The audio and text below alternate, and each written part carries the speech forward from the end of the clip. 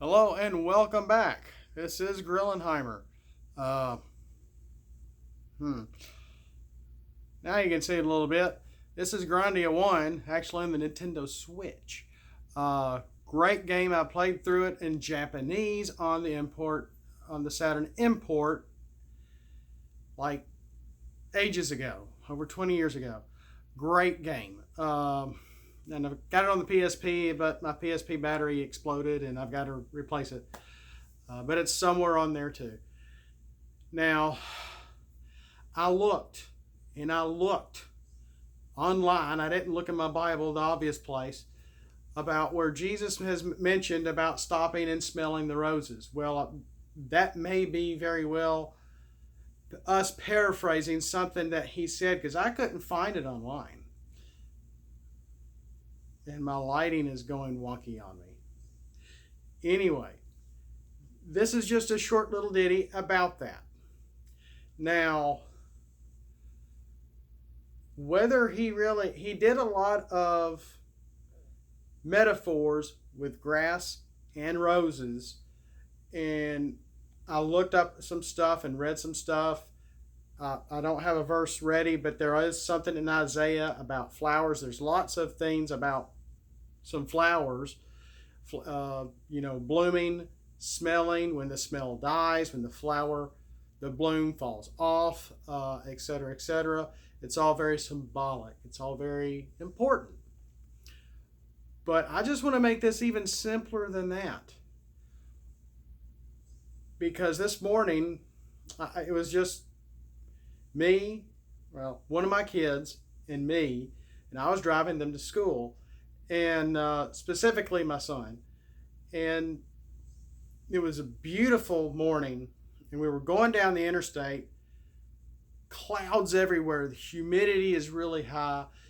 Low-lying clouds we could see just across the interstate. It was really wild looking. It was really cool.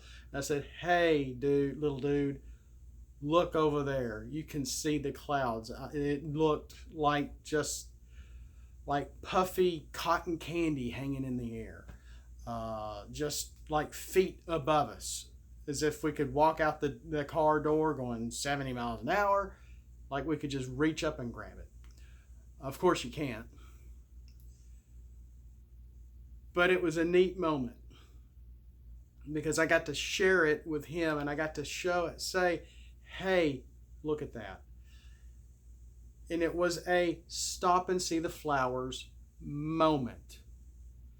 Were we seeing flowers? Were we smelling anything? Were we enjoying God's creation? Yes, but not specifically flowers.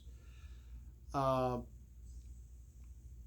it's neat when you do it yourself. Or nice when you do it yourself. It's better when you experience it with a loved one, with a friend, or with your family.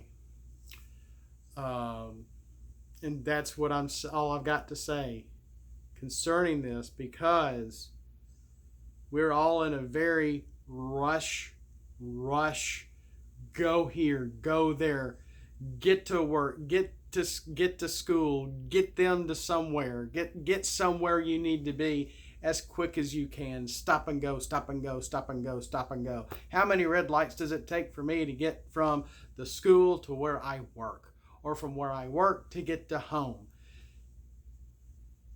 It gets old. And it can be stressful. And I think what Christ was trying to explain, it wasn't exactly a parable. It could have been. Like I said, I couldn't exactly find it. Now could I?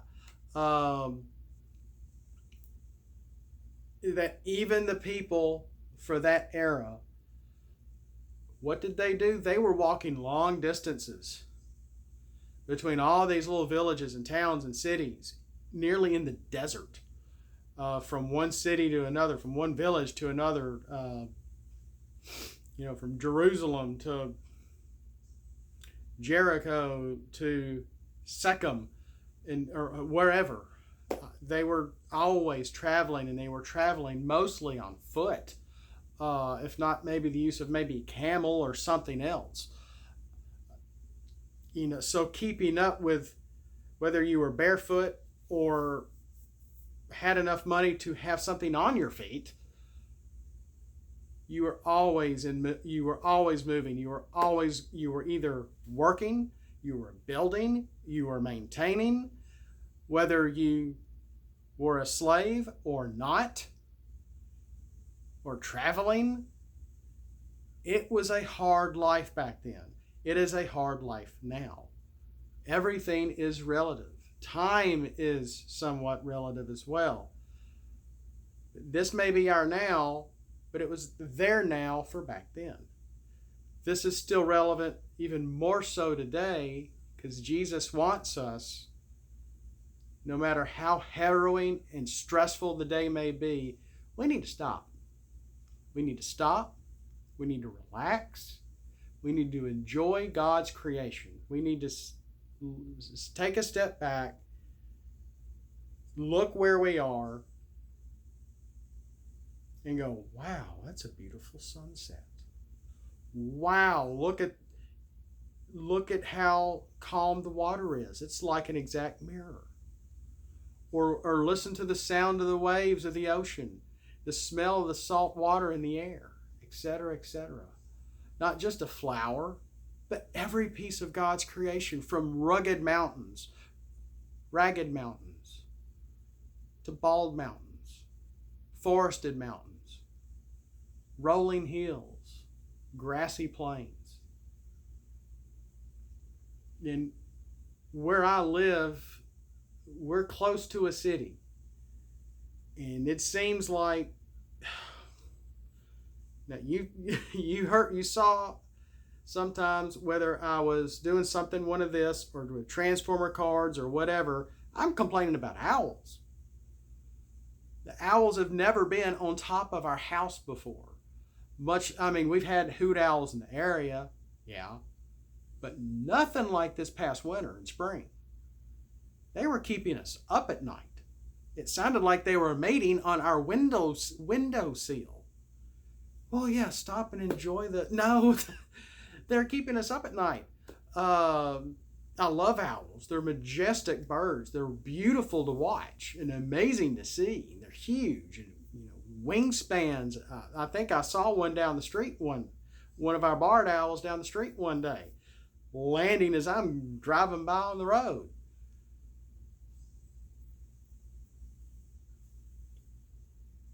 Because so much forest we have abandoned apartment buildings, abandoned houses, abandoned shopping malls, abandoned indoor malls around us. And what are the contractors still doing? Buying land and taking out more forest. So, and that's affecting our wildlife, and it's bringing it closer. Now, I didn't want to get into an eco thing, because I'm not a tree hugger, but I love animal life. I really do. And I enjoy nature, and being able to camp out with my son with his little troop has been wonderful. We've gotten to experience a whole lot of neat, amazing stuff. And I wish my daughter could experience this same stuff too. Might get her out of her city mind to some extent.